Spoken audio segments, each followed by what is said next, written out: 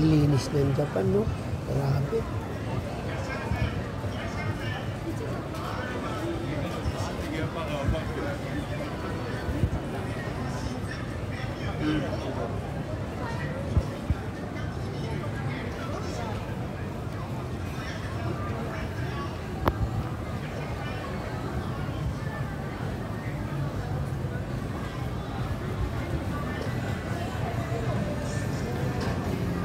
Ito, oo nga, ano, dito lang talaga mayroon niya.